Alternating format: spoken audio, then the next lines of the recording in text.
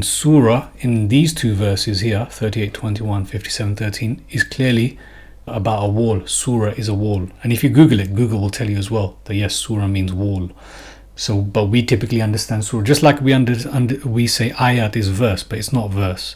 It's an evidence. It's an exceptional evidence.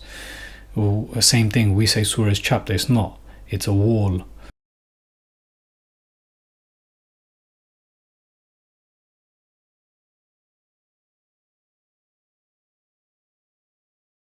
Good morning, everyone. It's a nice, frosty but sunny morning here in London. Hope you're all doing well. Assalamu alaikum. Peace be upon you all. Bakkah. A slow reading within its own context, inshallah. So this is me coming back to something that I did, I think, what was it, 2 months ago? Yeah, just over 2 months ago on Patreon. And it's still something I'm working on. But I thought it'd be good to do a slow reading regarding this one word, Bakkah, within its own context. So we're all trying to take care of our mind, body, spirit. People on their journey will eventually get to this point where they're trying to work out this balance on a daily basis, how to take care of the mind, how to take care of the body, how to take care of the spirit, which I believe is actually, really and truly, that is our Salaat. That is our connection. When people are trying to take care of their spirit, they're trying to take care of their connection to Allah, which is clear in the Quran. Keep your connection, keep your Salaat up, so then you can keep getting purified. You can keep purifying the nafs. You can keep purifying the qulub, the nafs. So you can think straight, you can think clearly, you can see clearly, you can do better things, you can reduce worse things. So yeah, here I am today, trying to uphold my part of, as Br Imran said in the comment section recently, this is the Endgame Brothers Salaat, mindful connection to the words of Allah, because there's a lot of confusion out there, mind, body, spirit. So people are trying to follow what is the right way to optimize their health. That's the body. Many theories out there, much contradictory information, confusing. Same with regards to psychology. Don't speak to this kind of person. This kind of person's like this, or this kind of person has this kind of psychology, and this and that. All of these theories and categorizations, and this person's like this, and so much out there that I can just tell you honestly, most of it is nonsense. At least on the psychology part, I've come through the system. I've seen what all these studies are based on and how they come to their conclusions, and it's not all, obviously. There's value in all of these areas because there's truth, and that's how it always works. But yeah, I'm here today because this is me trying to uphold my part of my mindful Salaat, at least anyway, which is connection to Allah through Allah's guidance, the words. And it's through that, keeping up that Salaat, that you can keep getting purified, that you can keep purifying the nafs. The nafs, that is the mind, that is the psyche, as Muhammad Shaykh says, that does whisper to itself and will only truly be settled in the hereafter, will only truly be content in the hereafter. Until then, it does command itself. It does command itself towards evil as well. That is one of the, as the Sufis say, one of the weapons against mankind on earth. One of the enemies is the nafs. It's our mind. It is a battleground. It can be a battleground, not a war continuously. Depends on who you are. But yeah, so here I am trying to uphold my part of the Salaat, connection to Allah through Allah's guidance, through Allah's words, which is where the simplicity is, where the clarity is. That's why I'm bringing this up about the mind, body, spirit, because there's lots of confusing information out there. But with regards to the connection to our Creator, to Allah, it's very simple. It's these words. So yeah, a slow reading with regards to this one word, as you see here, Bakkah, within its own context. I'll be going through Br Sam Gerrans' translations once again. So yeah, this is what it's about, because we are not just evolved monkeys living in a black vacuum. This void, as you can see here, which they depict, is our existence of our emotional existence, moving, spinning existence. We are not just evolved monkeys living on a spinning, tilted globe, tilted on its axis, that was sent spinning and is spinning apparently like this. We are not just these evolved monkeys living in this kind of existence of in a black, Kabbalistic black vacuum space, void of nothingness that emerged from nothing, So these two mirror. This is what they show us in science from day one as well, isn't it? That our cells are made like this, protons, neutrons in these rings, that's what's within us. And this is our greater existence, something similar to that as well. If you think about it, this is what they teach us, right? This is what they teach us from day one, that this is our existence. These circular rings with balls, these circular rings with balls, and that is the same in our souls. So this is similar to the protons neutron structure that they teach us is our cellular existence, which apparently mirrors. So again, it's all just based on what they say. So, and it comes from the same people. So I won't go any more. This lie about our greater existence comes from the same people that tell us lies about our individual existence. That we come from, we're evolved from monkeys. Again, something I've seen within the libraries, the nights that I've spent researching and looking at people that actually refuted evolution as well. So these are the same people that teach us about evolution, that teach us about the Big Bang, and also teach us about what the nature of our Earth is. So these lies, they all come from the same people. The reason why I bring this up is because it is very important. Again, as I mentioned in the last recording, it is important who you're listening to. And we are living amongst people, we are learning from people, and I still recommend it. Just keep on your critical hats on as you're listening to people. But yes, as Miss Ali said, that it's pure hypocrisy when we've got people calling out other people, saying that they are covering up the truth that is within the Quran, when yet they are doing that themselves. And it's not a case of, like I'm about to go through, which is about one word, Bakkah. That's something very strange. It's one word, Bakkah, which I'm about to go through this reading. And the reason why I'm going through this reading in this way is because it is important to look at the Quran, not just specifically with each word, with each letter, maybe with even each, within the grammar, within the details, but the inability that people seem to have to look at the whole verse as well within the context, the whole, the verse beforehand, the verse afterhand, the passage, the surah, it's everything. You have to look at everything, and you have to look at. So I'm about to go through this one word because it's one word, Bakkah, only mentioned once in the Quran, and somehow a whole religion is created based upon this one location, Makkah in Saudi Arabia, that they say is Bakkah. But when you're talking about the earth, which is what I've got here, this is my expertise. This is what I've written about. I've got more research on the heavens and other areas, but this is what I've thoroughly fleshed out and written about: the hour and the level earth, and the anchors, the rawasiya, the mountains that are the anchors that keep this level earth stationary, firm, from moving. The anchors, like the hour that will also anchor, just like the vessel of Nuh alayhi salam also anchored. Mursaha, Rawasiya, Arsaha. So this is something that I have written about. And so yes, as Miss Ali correctly said, there is hypocrisy when people are calling out others, shooting down others about what they're saying that is in the Quran, when actually they are guilty themselves of covering up the truth. So each to their own, not really bothered.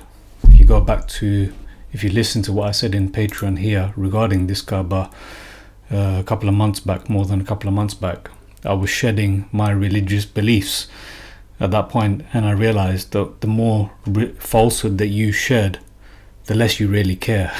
To be honest, what people really want to believe. You're just happy. You just have more peace of mind, more sanity, and more clarity about what it is that you're supposed to do. as opposed to being bogged down by all of these confusing false beliefs that people insist that is the truth. So yeah, each to their own. People can believe what they want. It's a free world. But all I ask is that the person that you're listening to, have they ever changed their view about something? Because I have a number of times. Those who've been following for a long time, they'll see that. And alhamdulillah, we have, us here at Endgame Islam, we've corrected much, we've changed much. And inshallah, we'll continue to do that. And hopefully, never let our egos get in the way of that. But the person that you're listening to, have they ever shown any example of them changing their beliefs or them correcting what they previously said that was actually wrong? So that's the thing I ask for people to have a think about when they're listening to someone. Has this person ever shown that they got something wrong? Or the person that they're criticizing, have they ever shown that there's something good about what this person has said? If not, then really and truly, can you trust all the information that is coming out from this person?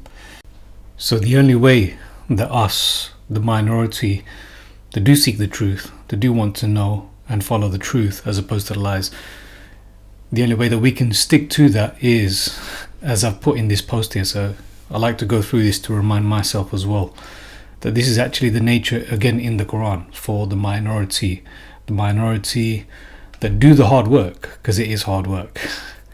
The nature of truth exists without any hard work. That's the nature of truth.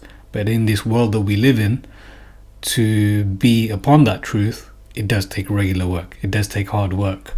So just a reminder on that this is what I see, that yes, it can be exhausting, and actually it's the only way, because the truth does exhaust the falsehood. So yeah, that's why most won't do it, because it's hard work. It's hard work. That's why most will not do it. Most will not want to listen to it. Most will not want to follow it. And even few will want to even do the work that I and maybe a number of others are doing. Us brothers at Endgame Islam, for example, because it's hard work to go against what it is that people are saying that is the truth, that cannot be the truth. So this is the choice that we make. It's the choice that is, again, in the Quran. If you read the Quran, this is what it is for the individual, choosing to follow that truth amongst the minority. And as Allah says here, Al-Haqqu wa Zahaqal Batil, and say the truth has come and the falsehood got exhausted. Indeed, the falsehood is ever exhausted. So that's how this works. It is using the intellect, as I've put here. Rather, we throw the truth upon the falsehood, so it intellectually destroys. Yad maghuhu. Intellectually destroys it. So then it is exhausting it. And for you, the woe for what you describe. And that is true. For you, the woe for this narrative that you attach to these verses that is quite fascinating and mesmerizing, that is not true. Woe to you for what you describe and attribute to Allah that does not exist. So yeah, just in case I forget about the fascination and mesmerization, I was asked a question going back to this when I mentioned this about those who create fitna using the mutashabihat. So the Quran is ajaban, that there's a distinction. The Quran is ajaban, which is amazing. Think of the two A's, amazing, awesome, amazing, awesome. What else is there? The two M's, miraculous, marvelous. There's one that I'm missing. Amazing, awesome, amazing. Yeah, awesome, miraculous, marvelous, ajaban. Yeah, wondrous. So anyone that talks about the Quran in these ways is fine. And I know fascination sounds like all of those, but hey, this is maybe the old definition of fascination was something more negative, and now it's been kind of mixed in with the positive connotations of something that is awesome, amazing, miraculous, marvelous, wondrous. The main thing is that it's some kind of spellbinding test that people create using the mutashabihat at the expense of the muhkamat. This is the distinction that needs to be made. I hope that's clear, but I will give an example of that. In fact, I'll give an example of that now. So if you look at that here, before I go into this, so I put in this image. It's interesting, it's, well, you could say fascinating. It's fascinating that Iblis sounds like a different arrangement of a sabil. Yeah, Iblis, sabil. Now someone might say, oh, that's fascinating. Yeah, kind of, it's true. It's kind of awesome or very interesting. It's you can say amazing, awesome, marvelous, miraculous. It's wondrous. You can say all these things. But the difference is that it begins with this verse, that I will surely sit down in wait for them on your straight path. So Sirat al-Mustaqim, it's clear, there's already a clear verse in the Quran that he's going to be sitting on that straight path. So when we say that, when there's this verse, so he repulsed them, this is talking about shaitan, so he repulsed them from the way, sabil. So you can say that. It's very interesting because it's already confirmed that he's going to be sitting on the straight path. So now it is amazing that somewhere else we get the mention of shaitan, turning people away from the way, from as-sabil. It is very interesting. So you can do that as long as it's grounded on something that's clear. If you begin with a clear verse, this is a clear verse. There's a muhkamat, there's something you can wisely judge upon, and then you add whatever it is that you're saying based upon that, and whatever it is that you're saying does not contradict what is already clearly, repeatedly within the Quran everywhere. So I hope that's clear on that. Again, it's just going back to this. It is all about intellectual destruction of the falsehood. This is how it works. Again, I'm just speaking using Allah's verses. This is how Allah describes it. So this is what we do, the minority that are on this, and this is our spiritual food, this is our soul food. So having said that, this is what we're here to do, to try to turn towards Allah, to try to be humans with one another, essentially, because that's what it is, being respectful with one another, appreciating one another, taking care of those that are in need, that are unfortunate. That's a key part of the Salaat. In fact, that might be the main part of the Salaat, to be like that with humans, humanitarian aid. And so I'll be going through Sam Gerrans' translation again today, which you guys clearly said that this is what you would follow or you would listen to if you had to choose a translation. And that's why I'm back here today regarding this Bakkah, because it is connected to somehow this, which is described by the world as the black cube, and this other thing that people insist that this has to be sujood, which seems to have become an abused interpretation or translation of sujood, from being one that is all about internal, as opposed, and now turning into one that is all about external mindlessness. Maybe that is one form of showing sujood. Maybe sujood really actually is simply about showing some kind of validation, but to say that it is this to that, that's a double reason why people question it, because they know about the serious question marks. If you haven't seen the video on the channel about this, if you haven't already seen the serious question marks about that, which ultimately the reason why people aren't hating is because it's in conflict with the clear guidance in the Quran. It's calling people to do shirk.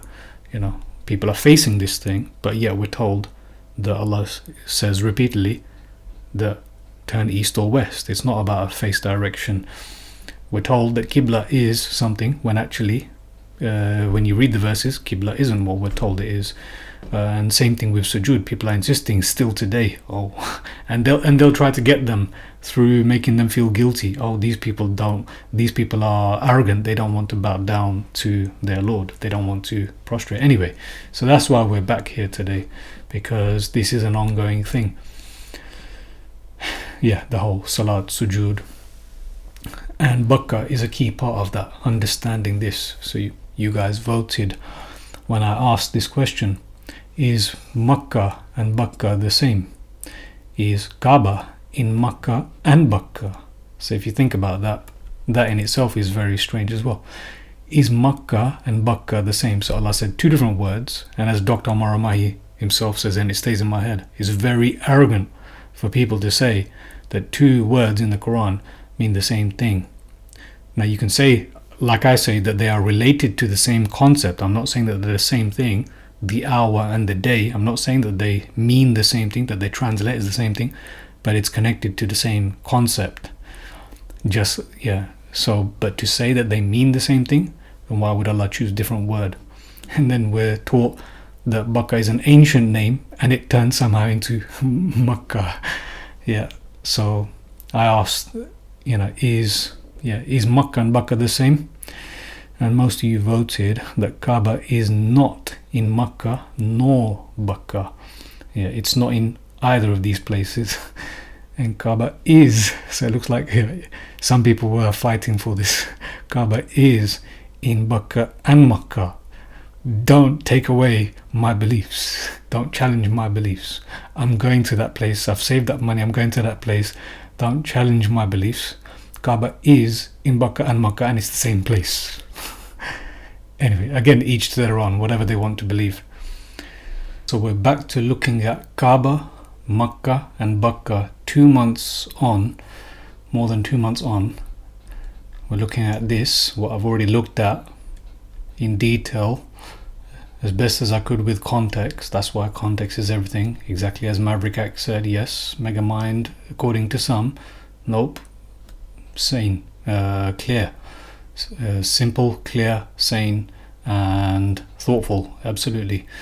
Standing upon the Quran and not standing upon lies that people have made up. Okay, so looking at Kaabah, Makkah and Bakkah, except this time focusing on this Bakkah. Focusing on this Bakkah.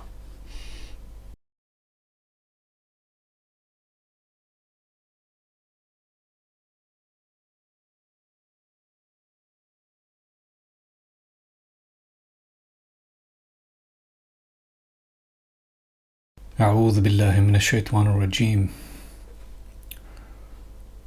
So I do say that before I start reading anything, as it says here, this is using Br Sam Gerrans translation, and when thou recitest the Quran, seek thou refuge in Allah from the accursed Satan, or the demon outcast, as I say.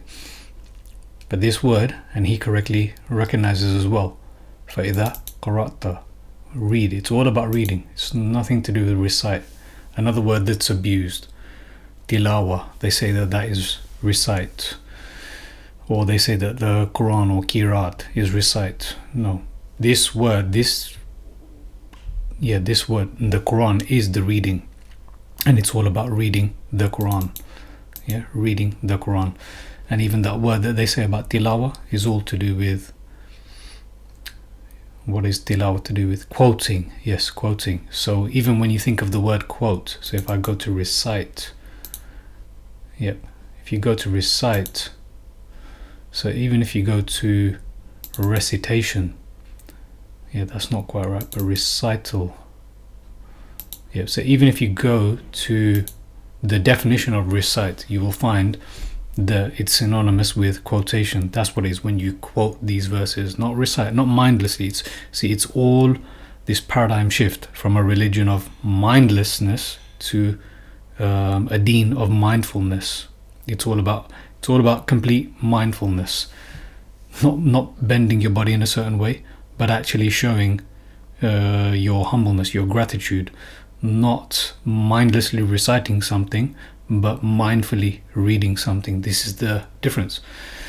And so this is why it's a threat. This text is a threat, and that's why you're supposed to read this. فَإِذَا قَرَأْتَ الْقُرْآنَ فَاسْتَعِذْ بِاللَّهِ مِنَ الشَّيْطَانِ الرَّجِيمِ. Yes, it's true that there is no verse in the Quran that says أَعُوذُ بِاللَّهِ مِنَ الشَّيْطَانِ الرَّجِيمِ. But again, we can thank someone who did their due diligence and they helped us, because Allah is saying, when thou read the Quran, seek. So yes, you could say fasta'idh, but that doesn't make sense. It's like you're saying before you start reading every time, you're saying seek thou. seek protection instead of saying I seek protection. That's the only difference. Fasta'idh billahi minash shaitanir rajim, a'udhu billahi minash shaitanir rajim.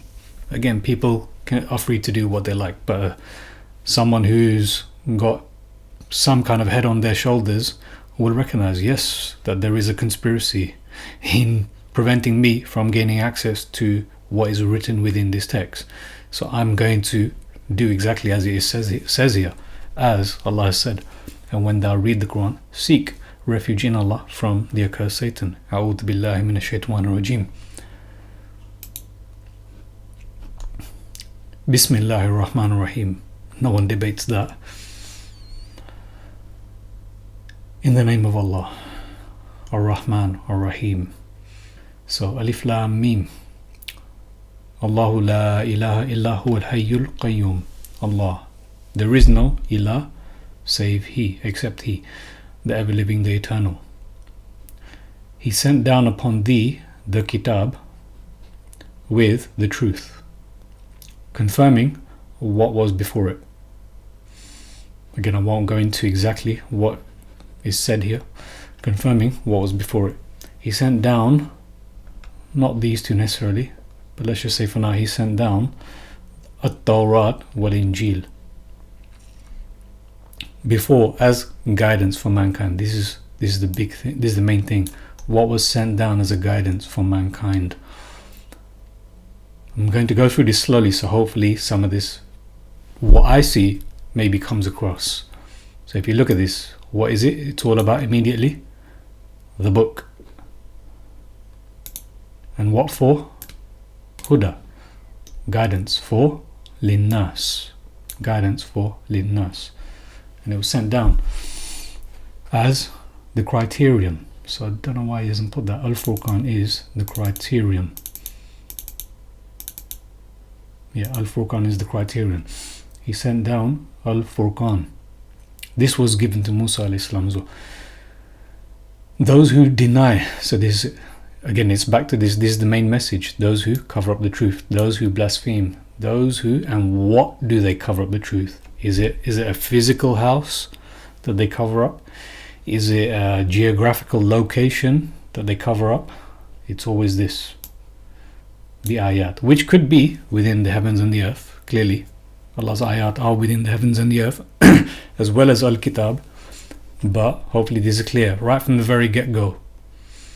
Al-Kitab, the book of truth.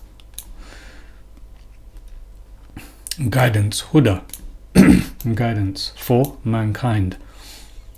The criterion for those who blaspheme or cover up the ayat. Again, we can tell which ayat this is because what's being spoken of. It's the Kitab. So those who deny the ayat, they have, it makes sense. We know this, that they have this severest punishment. Not those who reject the black cube or geographical location, no. They have the severest punishment. And Allah is Azizun Dhun Tiqam, exalted in might and vengeful. From Allah hides not anything. From Allah hides not anything in the heavens or the earth. Nothing is hidden from Him.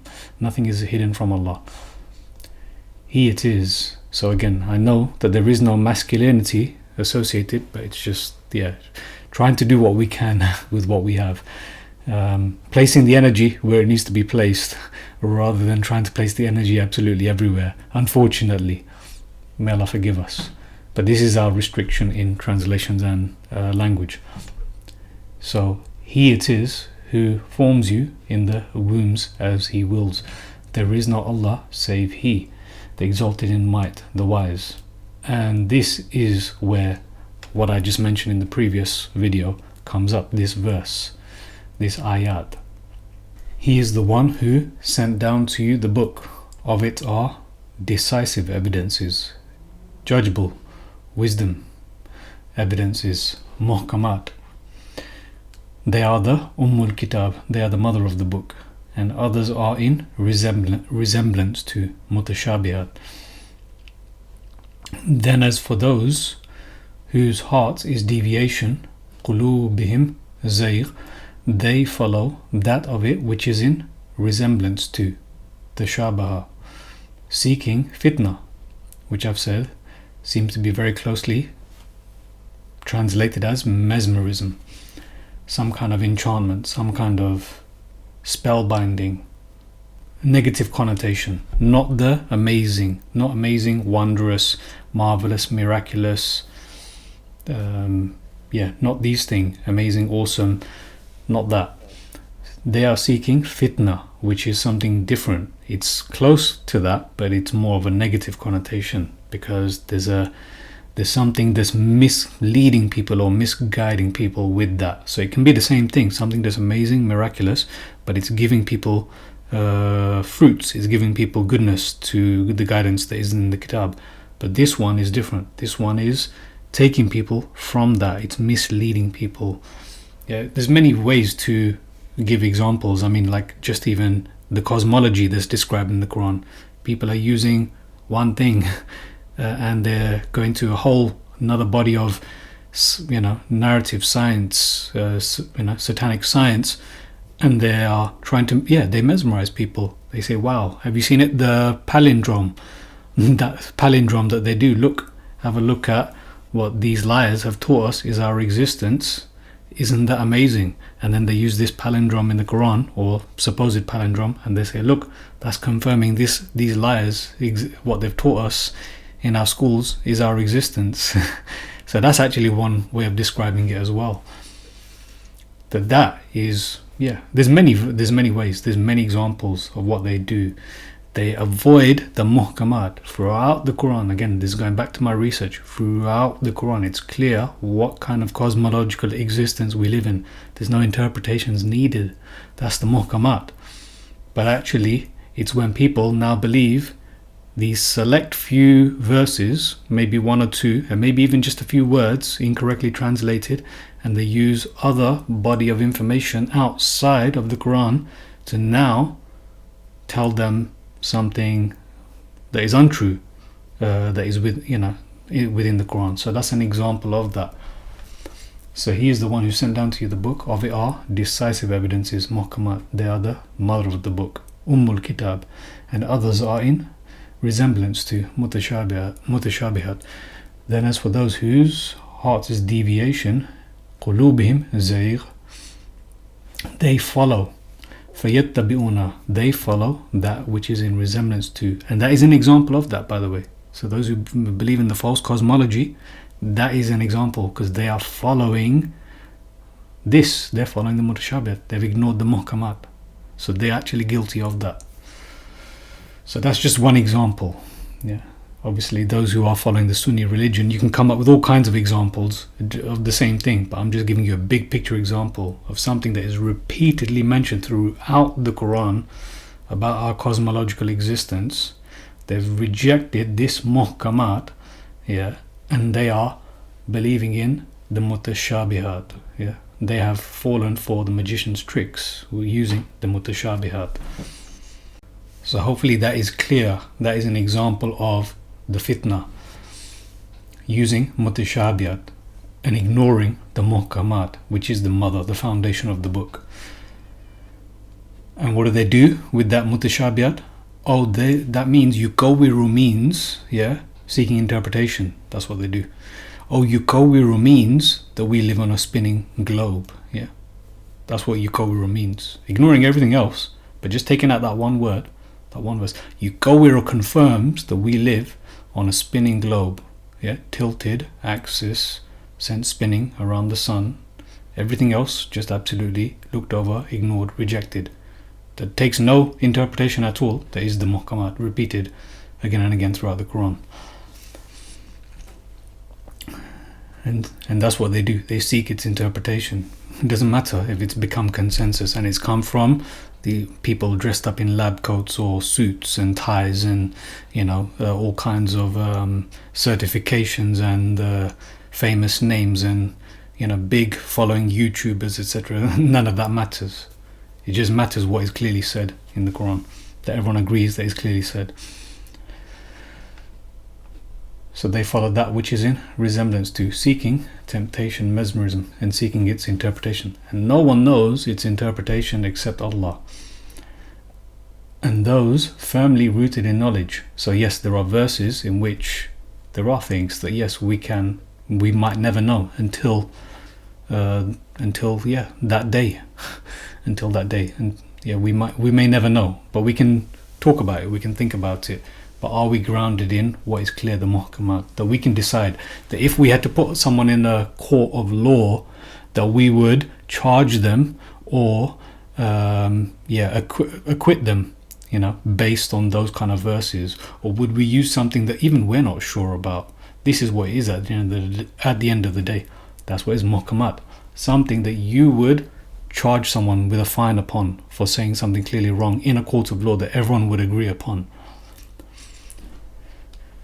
And those firmly rooted in knowledge, وَرَاسِخُونَ فِي الْعِلْمِ, they say, we are, what do they say? يَقُولُونَ آمَنَّا بِهِ كُلٌّ مِّنْ عِنْدِ رَبِّنَا. We are secured by it. All of it is from our Master. And none remember except the first of the door of knowledge, wisdom and understanding. وَمَا يَذَّكْرُ إِلَّا أُولُو الْأَلْبَابِ. And then comes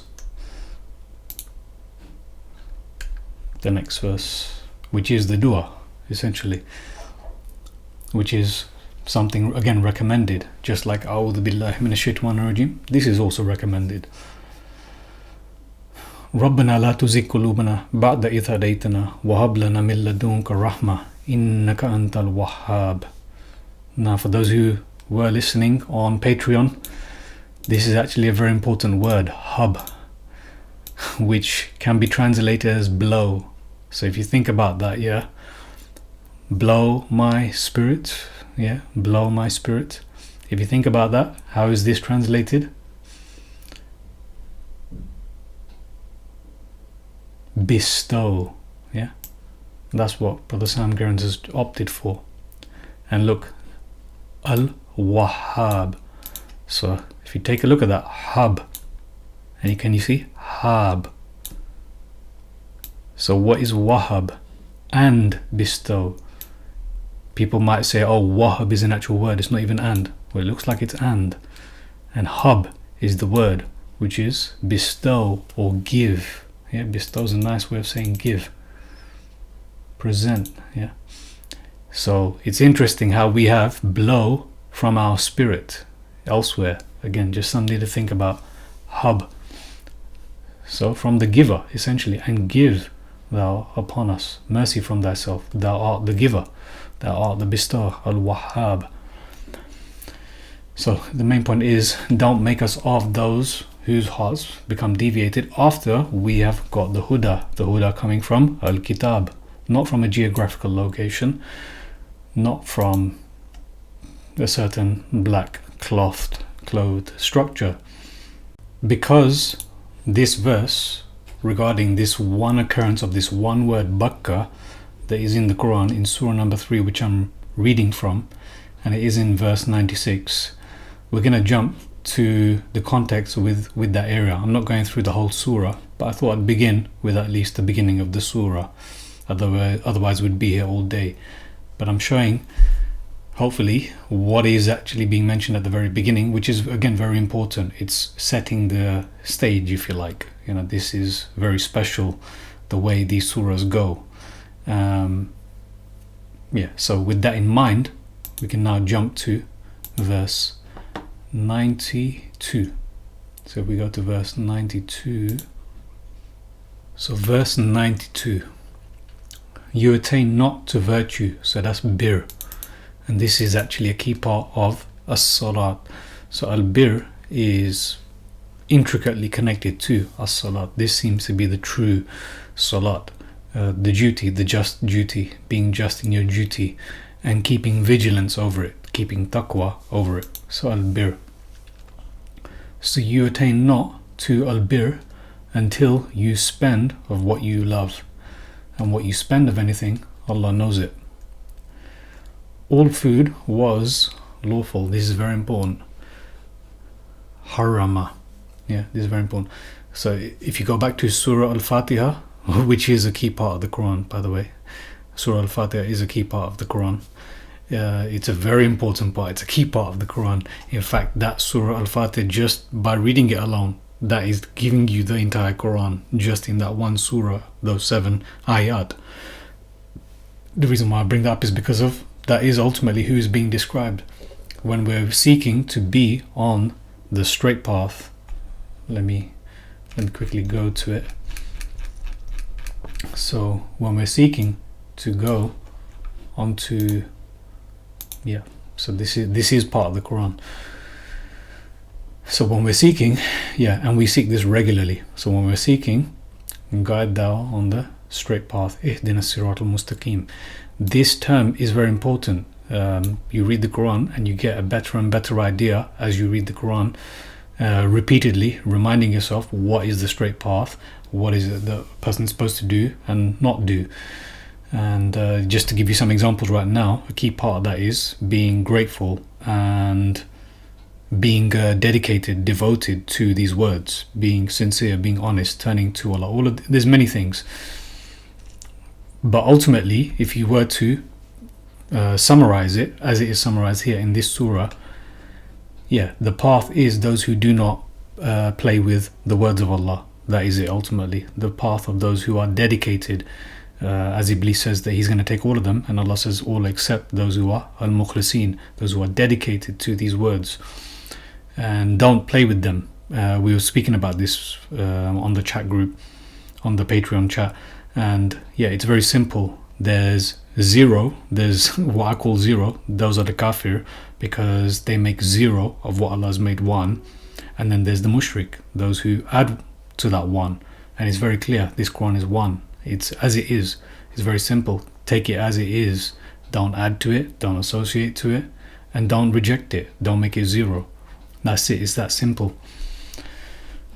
There's more complexity to it, but it's always good to have the simplicity. So whenever I make something simple, I'm not negating any of the beautiful complexity that people do come up with. It's just good to always be grounded in the simplicity. I know some people will take that the wrong way, that it's almost like a gatekeeping, that no one can do this, or no one can think this, or no one can do that. No, I'm just saying begin with that foundation, that's all, so you don't get lost in the forest. So this is what it is, this straight path. So this is ultimately the description immediately, which is given in Surah Baqarah straight away in the next surah as well, of who is it that we're seeking to not be of, and seeking to be.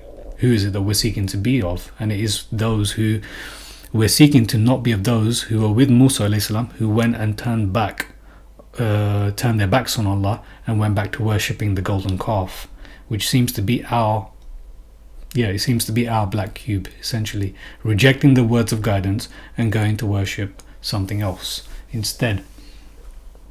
And this is in the Quran straight away in the next surah, surah number 2.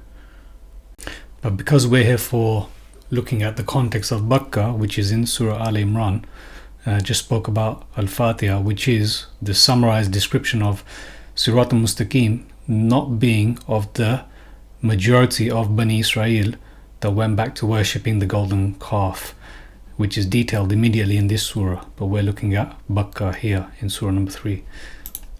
Again, this is just for in case there are those who are completely new to this. I always have a feeling that I'm speaking to many people that already know the Quran, but something tells me that there are a lot of people that are completely unaware or unfamiliar. So 92, verse 92. So you will not attain al-bir until you spend of what you love, and what you spend of anything, Allah knows it. All food was lawful, hilla, that's halal, lawful to the children of Israel, save what Israel made unlawful. They made harama upon himself before the Torah was sent down. So they were making up things, right from the get-go, that wasn't from Allah, that this is permissible, this is not permissible, this is what you should do, and this is what you should not do. And so this is the challenge here. Say thou, bring the Torah and read it. Fatu bitorati. Oh, this is quote it. So now this is your quote. So recite it. So if you look at what is recite, It's actually synonymous with quotation. So bring the Torah and quote it if you be truthful, if you be honest, sincere. And whoso invents, so again it's back to the book here, and this is the point hopefully to hold on to as we're looking at this, the surrounding of this one word, Bakkah. So what is it? The Torah, yeah? Making up things, making things haram and halal that haven't been sanctioned by Allah. So bring the Torah and quote it if you be truthful. And whoso invents a lie, iftara, this is slander, yeah. So and whoso slanders about Allah after that, it is they who are the wrongdoers. So now we're approaching that verse. It's 96, yeah. So please keep this in mind. We're now approaching this Bakkah.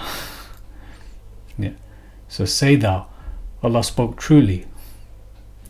Say thou, Allah spoke truly. So follow this is what you're supposed to follow, the millet of Ibrahim Hanifa. Anything about a geographical location? Anything about a physical structure? So say thou, Allah spoke truly. So follow the millet of Ibrahim, monotheist, Haneef, because he was not of the, this is the opposite, he was not of the mushrikeen, he was not of those who added things. This is what is those who make purchases, to get along in life, to make life what they think is going to be easier, this temporary life, by exchanging, by making can't think of the word, but when you reduce your integrity for the sake of community, for the sake of family, for the sake of this world, essentially, it's not easy keeping that up. But those who are again stuck to these words, reading these words daily, listening to each other, I think these are the people that will be able to hold on to that. That's what it's here for, to remind. Otherwise, if you don't have this reminder, slowly over time we will be reduced, and that's what this world does, or our integrity will be reduced. So say thou, Allah spoke truly, follow the millet of Ibrahim. Millet being, as far as I can tell, some kind of, they say religion, but actually I think it's just, as you can see with the word, something militant, like something that you would militantly hold upon. A way, it is something to do with a way. And a lot of people do say creed, so a system, a militant system maybe. So follow the millet of Ibrahim Haneef. This is what, and people say, what is Haneef? It's the opposite of mushrik. He was not of the mushrik. Now, having said that, now comes this verse. The people say is Makkah. Even though it says Bakkah, they say it's an ancient word for Makkah, and they say that that's a geographical location, ancient. So, but what I see here is indeed inna. So I'm not sure what. Indeed, first. So inna awwala bayt. Indeed, the first house. You can say. So there's no al, but we know it means the. Indeed, first house. So there's no al awwal and there's no al bayt, but we know it is the first house. Indeed, the first house, maybe even hearth, maybe even some kind of hearth, not even necessarily a house, maybe some kind of home. It does seem to be metaphorical, but I'll leave that for people to decide themselves.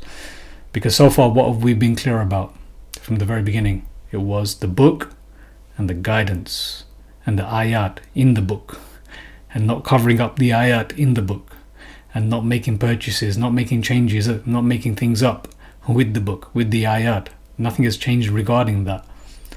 So indeed, first house, wudi'a. I know this word because again I've studied the earth. Same word is used to describe how the earth was placed down, set down, situated. You can say laid down, and again people might argue laid down like an egg. No, because they believe falsely. Another word, dahaha, even though it's a noun. No, so it's a verb. It's not a noun. They would say ostrich egg, which is not. It's all this because they try to squeeze, they try to shoehorn, sign, quote unquote, consensual agreed upon scientific facts, and they would try to shoehorn them in. This is how a lot of people actually come to the Quran, but actually leave the Quran because they believe the science, and they believe that the science is in the Quran until they find out that that narrative fails and falls, and now they no longer believe in any of it because their belief was based upon something false to begin with. So indeed, first hearth, maybe, let's say house, first house. What kind of house? What is this house? So far it's been clear, it's all been about the kitab, it's been about the ayat, it's been about the guidance in the kitab, the ayat. The evidence is within the book. So indeed, first house. So all of this talk that we've had about Ibrahim, I know where to find the guidance of following Ibrahim. I think we all agree it's in the Quran. I know where to follow the guidance of Allah and not to cover up the truth. It's in the Quran. So what is Allah actually saying here? Indeed, awwala baytu wudi'a linnasi lalladhi bi Bakkata. Indeed, awwala, first, baytin, house, wudi'a, placed, laid down, for mankind, for annas, linnas, lalladhi, to the one that. So if you look at that, that's actually for the one that. It seems to be the case. Again, I'll leave that for people to decide, but it seems to be for that blessed cry. This is blessed. So for that, I'll go again slowly here. Indeed, first, house, laid down, for mankind, for that. And we got blessed here. What's in between? For that blessed what? For, well, this is actually for the one that.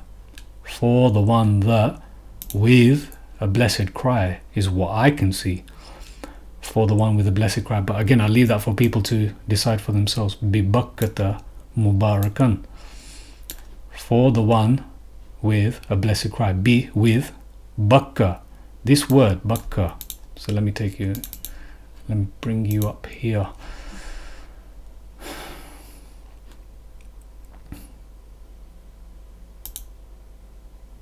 So look, I don't know what Sindhi is, but here, lalladhi, for the sake of, or in Arabic, for the one who. So that's lalladhi. So let's go again. Indeed, first, house, laid down for mankind, for the one that, as it says here, for the one who, well, it says who, for the one who, and who was that person we just had? Millat Ibrahim. You know, this is an interpretation, yes, but is it grounded in muhkamat? Again, this is why I will not push this. It's up to people. I'm not creating fitna here, I'm sticking to the words. But look what's surrounded. Someone else has made up a concept with this Bakkah, it seems. Someone else has made up a concept. So indeed, first house laid down for mankind, for the one that bi Bakkata Mubarakan. Mubarakan is describing this Bakkah, yeah, and B is with. So for the one who with a blessed something. For the one who with a blessed something. Again, if you think about everything that has been spoken of, the kitab, the ayat, the guidance, and whose guidance, whose millet to follow, Ibrahim. Is it too much of a reach to think that this is describing Ibrahim alayhi salam? Could be. Who was a guidance for the realms? And this is how it finishes. And a guidance for all mankind. Now, I'm not sure what he said. Okay. I'm looking at this for the first time with you guys. So this is why I think it's actually worth using Br Sam Gerrans' translations, because I've found a lot of benefit from them. Yeah. Look, even he says, I'm not the only one. Thank you. Yes, weeping. Yep, cry. Absolutely. For the one who with a blessed cry. A blessed cry. And a guidance for all mankind. Thank you for not putting something else there. Oh, well, this is where the problem is now. Yes, this is why I didn't want to go there. Because I don't see a geographical location. I don't believe in any of this. I don't believe in this. I think there's many things that are made up. I could be wrong, but there's no indication. Where is the risk here?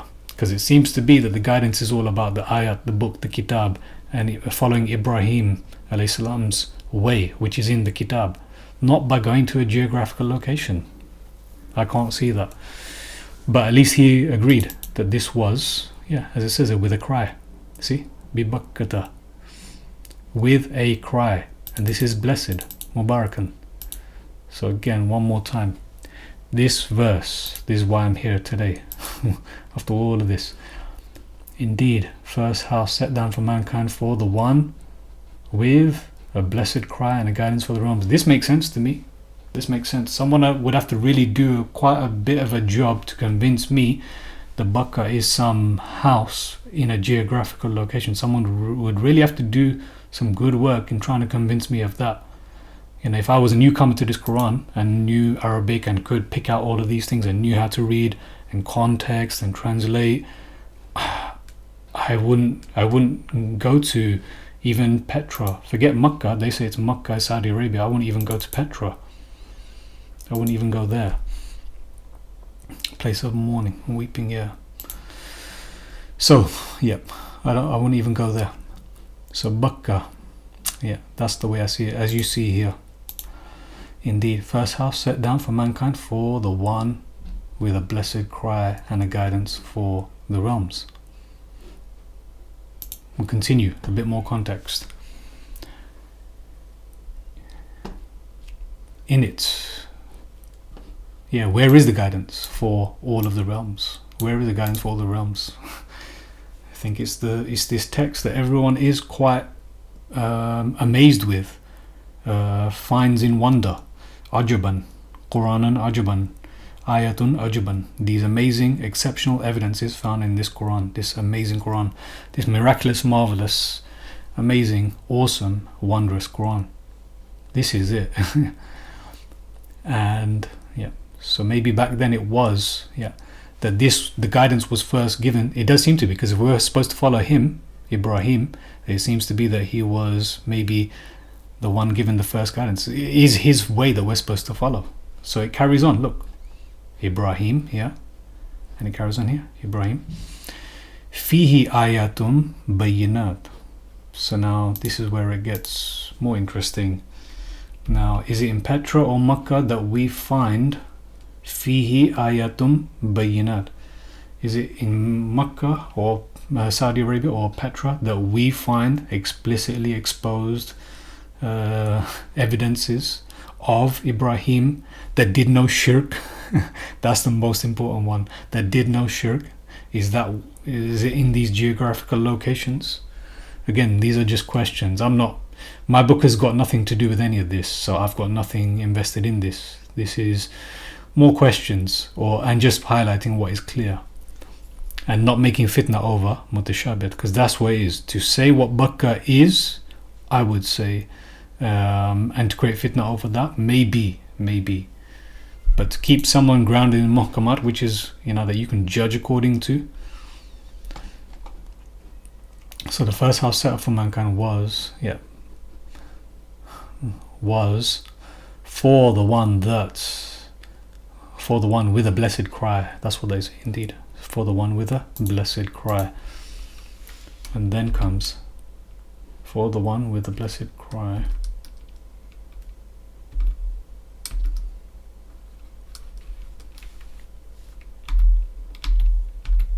For the one with the blessed cry and the guidance for the realms. Fihi ayatun bayinat. In it are clear evidences, the ayat. Again, it's going back to the kitab. Where's the kitab that was mentioned? Here. The Furqan, Tawrat.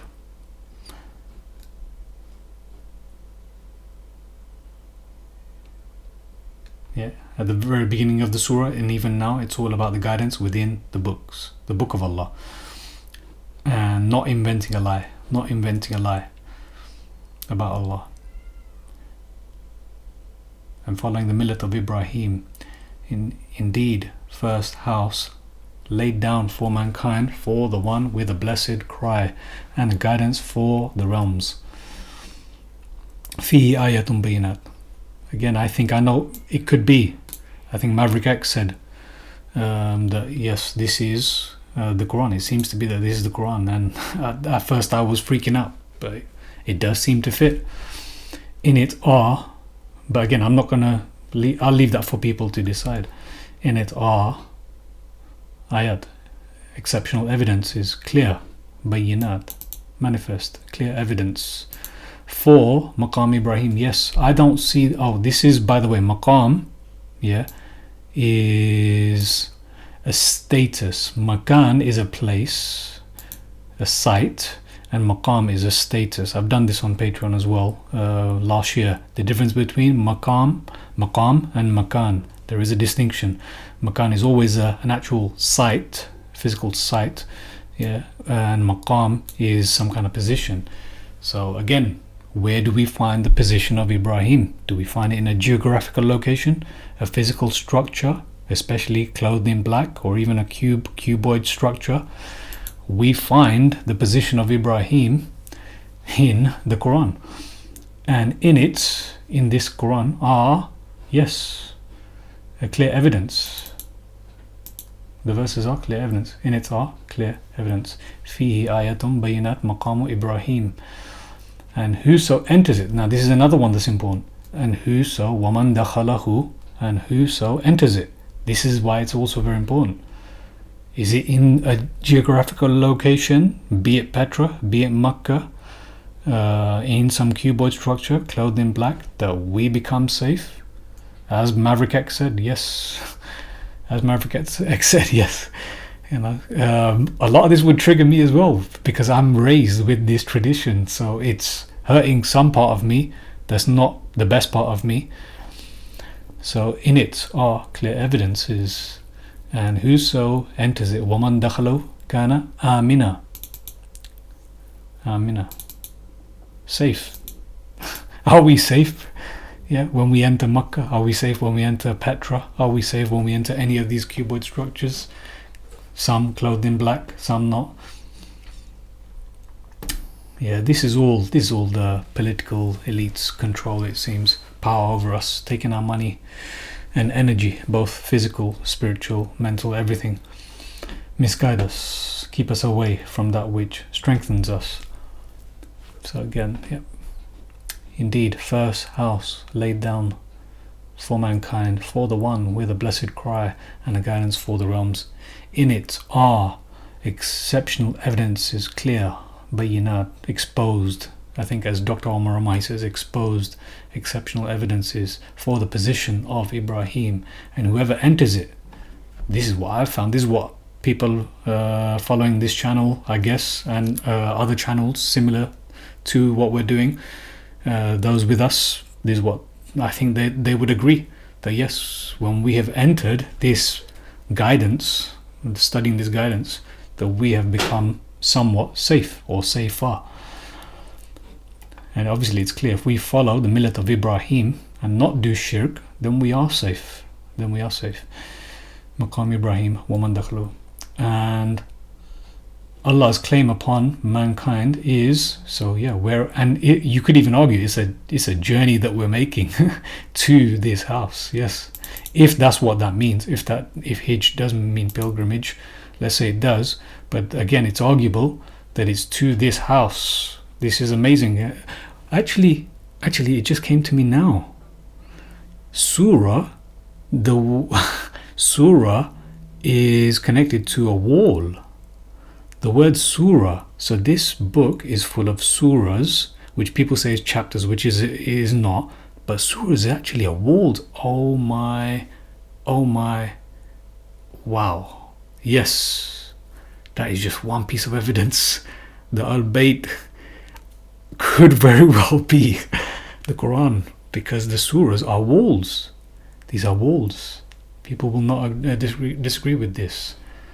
Surahs are walls. Wow, I need to get this. Hold on. Now, am I confirming my own bias? I'll leave that for you guys to judge. We were just looking at Hijjul Bayt, those who make the pilgrimage to this house, and I already said back then in November, this is what it sounds like, that we are making that pilgrimage to monotheism, to Haneef, for whoever can find a way to it, as Allah says in the Quran, and whoever covers truth blasphemes, Allah is indeed free of need. Allah doesn't need us, we need Him. وَمَنْ دَخَلَهُ كَانَ آمِنًا. Is this how we enter it and become safe? Again, for you guys to judge for yourselves, but it does seem so. Let me take you to one chapter in my book, just as I just thought of this about surahs being walls, and I thought, hold on, I've written about this. So in this chapter, prophets prophesy prophecies, where Nabi is a news envoy, not a prophet that prophesies prophecies,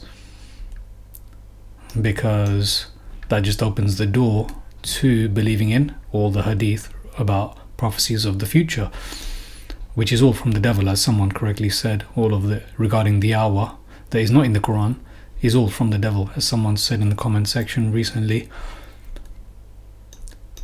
Yeah, soothsayer. Allah confirms all of this, that the Nabi bringing this Quran is not any of these, not a kahin, not a, what's the other word, not a soothsayer. But again, I'm just taking you to the bit about the surah. So bring 10 divine narrations. This is what Allah says. Bring a surah like it. This is why I'm here.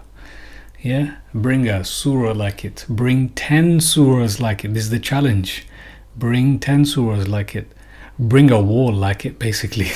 Bring this walled, amazing, yes, amazing, ajaban Quran, amazing ayat, ajaban. Bring a wall like it. Bring 10 walls like it. You won't be able to, and people can't. Yeah, when people lie, they tend to use so much more words and much more detail to convince people. So yes, this Al-Kutub Al-Sitta, yeah. So just sticking to the surah bit, I won't go through this. Or do they say he fabricated it? Say, so this is the challenge we're supposed to give. Then bring 10 surah like it, fabricated, and call upon whomever you can besides Allah if you should be truthful. Allah knows that nobody can. And this is why we have Iman, security, in Al-Quran, because we recognize that no man can write like this. Absolutely. Look at what I'm just realizing. This is the, yes, not mesmerizing, not fascinating, but amazing, awesome, miraculous, marvelous, ajaban, wondrous. The Ahsan al-Hadith that we read, that contains these surah, these chapters. Yep. So they say chapters, but surah is, as I just said, is like walls. So let me explain that to you. Us attempting to scale the heights of these surin. Yeah, I won't waste any more time, or actually maybe I should bring these up. 38:21 and 57:13. But you'll find in these verses within Al-Quran are our earthly asawir. So if you look at another one, so surah is connected to the same, another derivative of the same root, asawir, which is like gold, silver, pearl bracelets. So I just refer you guys to these verses to check these out. Yeah, I won't go to them now. You can check them out. You can take my word for it for now. But these verses use the word asawir, which is gold, silver, and pearl bracelets. So they're clearly gems, yeah? They're gems, yeah? And surah in these two verses here, 38:21, 57:13, is clearly about a wall. Surah is a wall. And if you Google it, Google will tell you as well that yes, surah means wall. But we typically understand surah just like we say ayat is verse, but it's not verse. It's an evidence. It's an exceptional evidence. Same thing. We say surah is chapter. It's not. It's a wall. So yeah, these surah assault our hearts and minds. These surah are our means of spiritual ascension until we obtain the eternal treasures. The wise know that much can be said with very few words if they are truthful. This is real treasure. The deceiver, however, speaks very much, but in reality says very little if they are not truthful. Wow, okay, so I will try to wrap this up now that I've just got some more confirmation that yes, this context of this one verse that we're here for today regarding Bakkah, this one word that people make a lot of when they seem to know very little or be able to verify what they say is Bakkah with very little from the Quran itself. So this is in Surah number 3 verse 96. This is what we're looking at today. So just a reminder, now that I've just in the middle of this recording got more confirmation that Maverick X could be right, and it was through him that I heard on Peygamber Haq. That is the latest podcast or conversation on there. And yeah, so regarding that verse 96, looking at the context, we've looked at the beginning of the surah, which is about the muhkamat, the mutashabihat, the context, the book, the ayat, the guidance, there is the book, the ayat within the book, and not covering up that truth. It's repeatedly mentioned like this. So regarding that, at the beginning of this surah, and looking at the verses surrounding this Bakkah here, and as I just mentioned, just repeating that one more time because it's new to you guys, so that's why I'm repeating. I will understand it, but not necessarily some people. So yeah, this verse seems to translate as indeed first, and now we can say book, yeah. Because if surah is walls, it looks like that this is referring to the structure that is this book, subhanallah, the structure that is this book. Indeed, first setup, you can say, yes, first structure, first setup was situated, laid down, and it did come from the heavens above. It was laid down, like the earth was laid down. So in that sense, amazing, yes, like the earth was laid down for mankind, for the one with a blessed cry and a guidance for the realms. In it are clear, exceptional evidences of the position of Ibrahim, وَمَنْ دَخَلُوا, and whoever enters it. So فِيهِ آيَاتٌ بَيِّنَاتٌ مَقَامُ إِبْرَاهِيمَ وَمَنْ دَخَلَهُ, and whoever enters it, كَانَ آمِنًا, is safe. It makes sense. Whoever enters this guidance, this blessed guidance, Mubarakan وَهُدًى لِلْعَالَمِينَ, for all of mankind as well, not for just those who can afford it. This Quran is free for everyone. Amina. وَلِلَّهِ عَلَى النَّاسِ,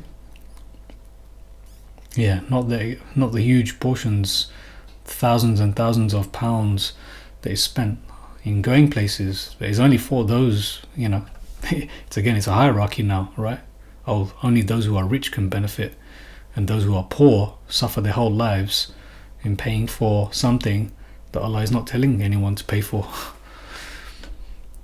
Just read this book, just learn this book. It's free, it's everywhere. Everyone who is talking about this, it's free, it's everywhere. This is your safety, this is your security. وَمَنْ دَخَلَهُ كَانَ آمِنًا وَلِلَّهِ عَلَى النَّاسِ حِجُّ الْبَيْتَ. And Allah's claim upon mankind is, yes, a journey to this structure that has lots of surah, walls within this structure. Al-Bayt, man istata'a, is a pilgrimage, yes, in that sense, yeah. If it is pilgrimage, then it's, yeah, making the journey to this house, as I said. The journey to his house. This is what I said. This house is the house rules of Ibrahim.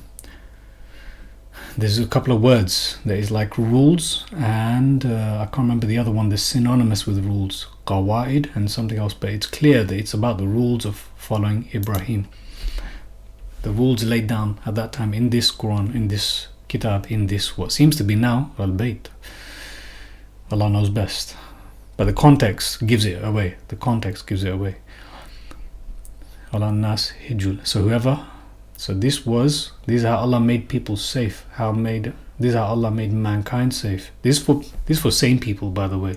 Anyone thinks that only a select portion who makes their journey to Petra or Makkah is who Allah has deemed as safe, yeah, you're free to believe that. You're free to believe that. Yeah, I'm just another madman. So kana aminau walillahi ala nasi, and Allah's claim upon mankind is a journey, essentially, to this Quran. It is a journey for whoso is able to find a path to it. Man istata'a. For whoever was able to, ilayhi sabil, yes, this is the way. for whoever is able to find a way. I want to bring up that about the way. This is synonymous with Sirat al-Mustaqim. Sirat al-Mustaqim. Sabil is the way, and this is what I was speaking of earlier regarding Sabil. So Iblis, Ash-Shaytan, that's why we seek refuge from him. We seek refuge in Allah from him. That's why we say A'udhu billahi minash shaitanir rajim, Fasta'id billahi minash shaitanir rajim when reading the Quran, because it's clear. Look at what I'm doing right now. This is the aim, to deter you, to take you elsewhere, to keep you away from this. And it is hard to do this. It was hard for me to do this. Yeah, don't be fooled by what you see. It was hard for me to do this.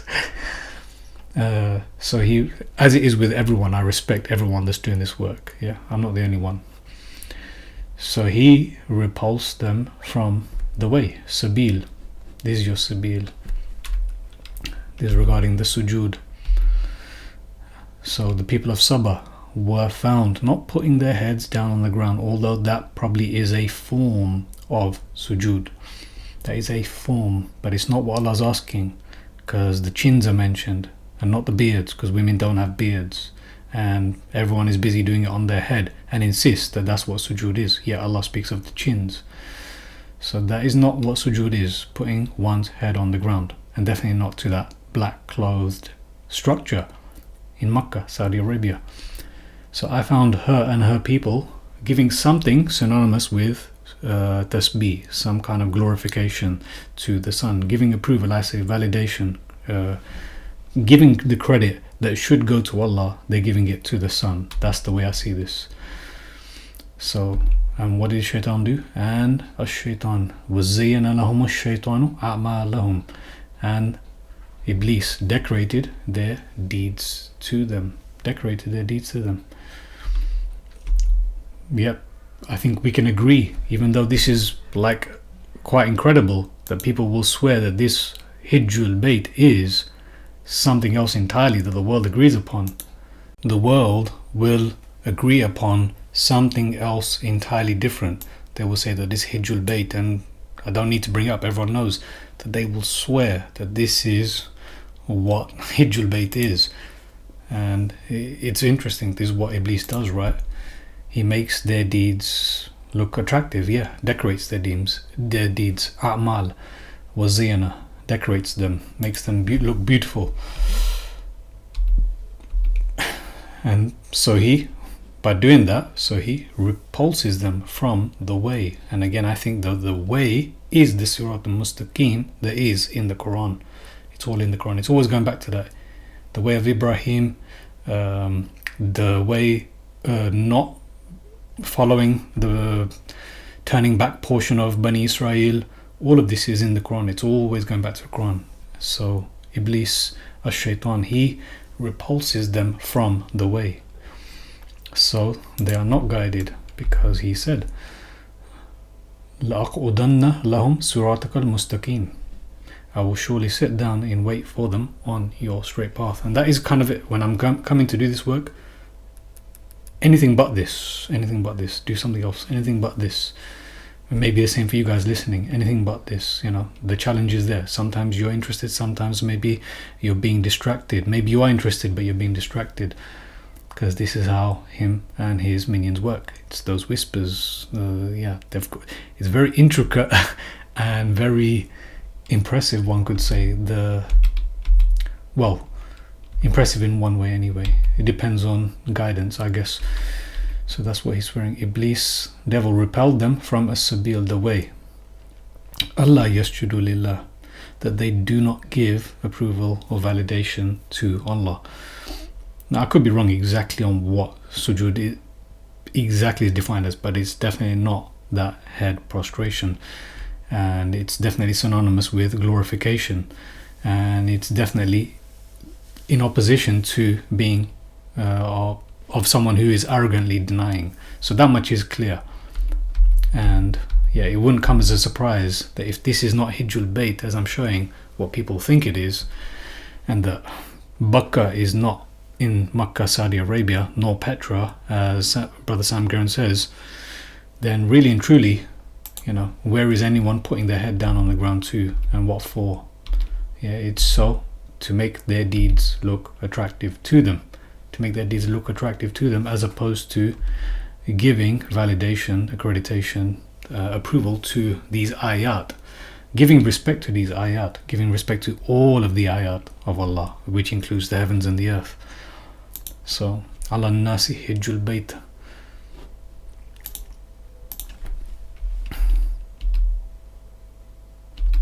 Yeah, so that's that one. Back to the house rules of Ibrahim. So it does seem that indeed the first house set down for mankind, for the one bibakkata mubarakan, for the one with a blessed cry. Hats off to Br Sam Gerrans. He did put cry, yes, weeping.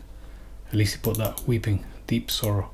So some kind of blessed sorrow, yep, some whatever that is, some kind of cry. That's where the interpretations will come. What was this cry? And again, people can discuss about that, but that's not where people's faith is based upon. It's based upon what is clear. For the one with the blessed cry, guidance for the realms. Ibrahim, whose millet, this is what I put back then in more than 2 months ago. His millet, his militant terms and position, his status in a sense. That's what is his position with Allah. He was a friend. I was asked this. Yeah, he was Khalil. He was Wali. He was a friend of Allah. He was chosen. He's very significantly highlighted in the Quran. So all of this about Ibrahim is explicitly exposed in the Quran. Fihi ayatun bayyinat. The journey to his house. We are making that pilgrimage to Hanifan, for whoever can find a way to it. Whoever can find a way to as-sabil, Surat al-Mustaqim. This way is the Quran's sabil, Surat al-Mustaqim. وَمَنْ دَخَلَهُ كَانَ آمِنًا. And whoever covers the truth regarding this, Allah is indeed free of need of them. Allah doesn't need us, we need Him. Is this how we enter it and become safe? This is what I said back then. That Bakkah seems to be the guidance for the realms that is in this book for the realms, following the millet of Ibrahim. So back to this, finishing the context. And Allah's claim upon mankind is a pilgrimage to the Quran.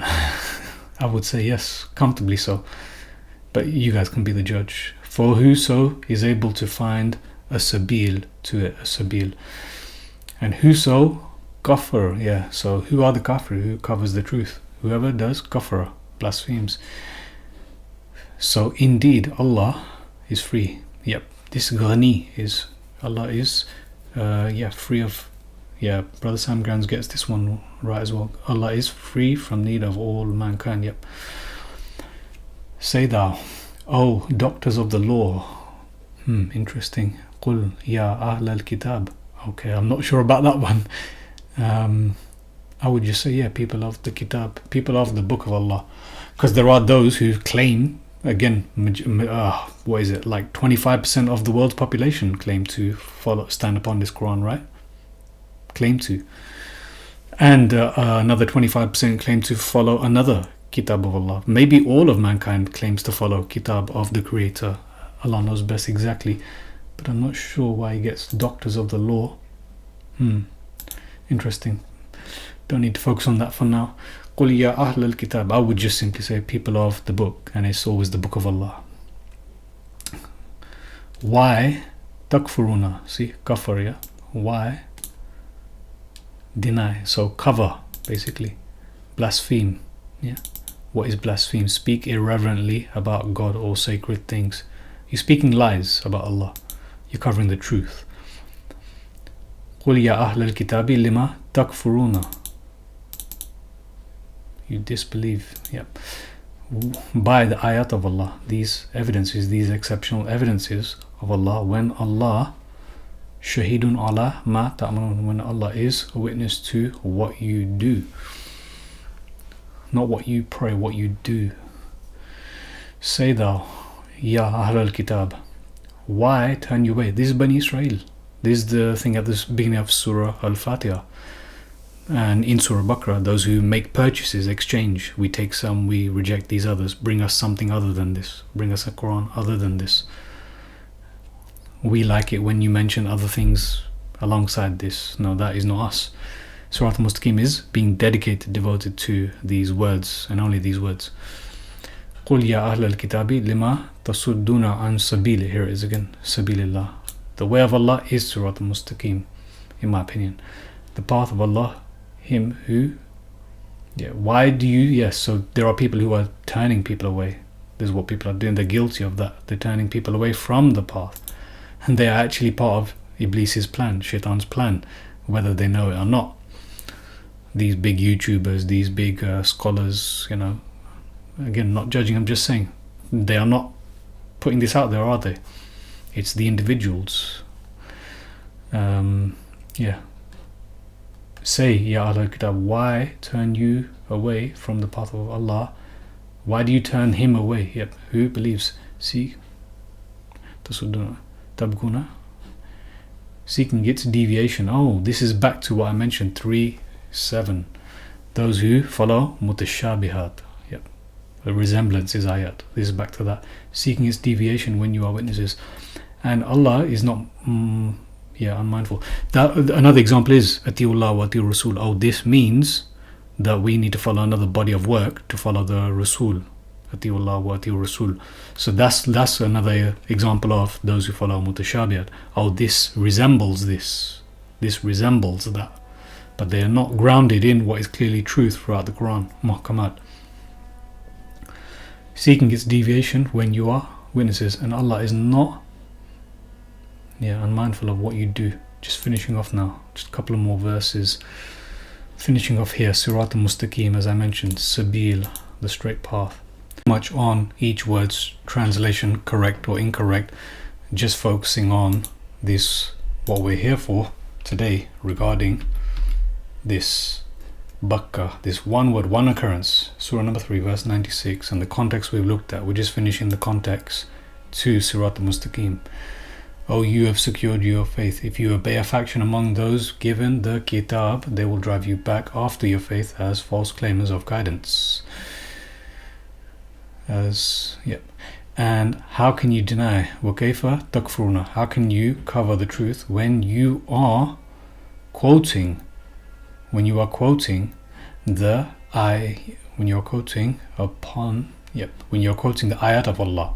This way is again back to this book, the ayat within the kitab, which is the book of Allah. And how can you cover the truth? How can you blaspheme when to you are quoted, to us are quoted? So how can you deny this? Again, that's kind of to me as I'm reading this, and to you guys as you're listening to this. How can you deny? How can you cover the truth, blaspheme, when these ayat of the kitab of Allah, this Quran, are being quoted to you, and that might be to us as well. And within your midst is His messenger. Well, obviously we take it as how it was then, and we are replicating it today. And in your midst is His messenger, Rasulahu, wa fikum Rasuluhu. And whoso holds fast to Allah, he has been guided to a straight path. I finished there for you guys, the straight path. So this is your context. So how can you deny? How can you cover the truth? How can you blaspheme when to you right now, when to me as I'm reading this, and to you as you're listening, the ayat of Allah are quoted to you, and in your midst is His Rasul, His messenger, and whoso holds fast, ya'tasimu billah, and whoso holds fast to Allah, he has been guided. So he has been guided to a straight path. And that's what we're looking for at the very beginning of Al-Fatiha, which is a part of the Quran. And if you just wanted maybe a little bit more, this, I'm not going to go through this, but if you wanted just a little bit more, if that is right, what I'm saying about the blessed cry, it does make me wonder about this passage in Surah number 37 regarding Ibrahim alayhi salam, and regarding the amazing stories that you hear You know, it does make you it makes me think of, at least anyway, what was the amazing cry out where the guidance came, you know, for the whole of mankind? What was the amazing cry? You know, they tried to throw Ibrahim alayhi salam in the fire. What for? For sticking to the truth, yeah?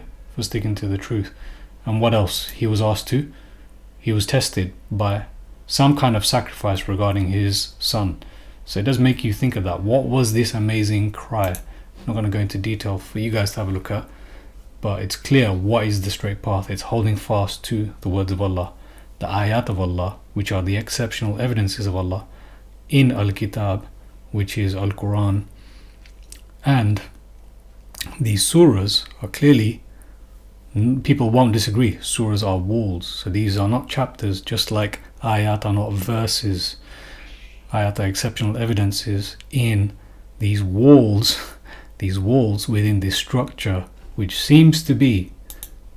seem to be, as Maverick X said, this structure that does seem to be Bakkah, yes, in a sense. The first house, Inna awwal al-bayt, this is the first house, this is the guidance. I'll leave that for you guys to judge. And yeah, till next time, Salamun alaikum.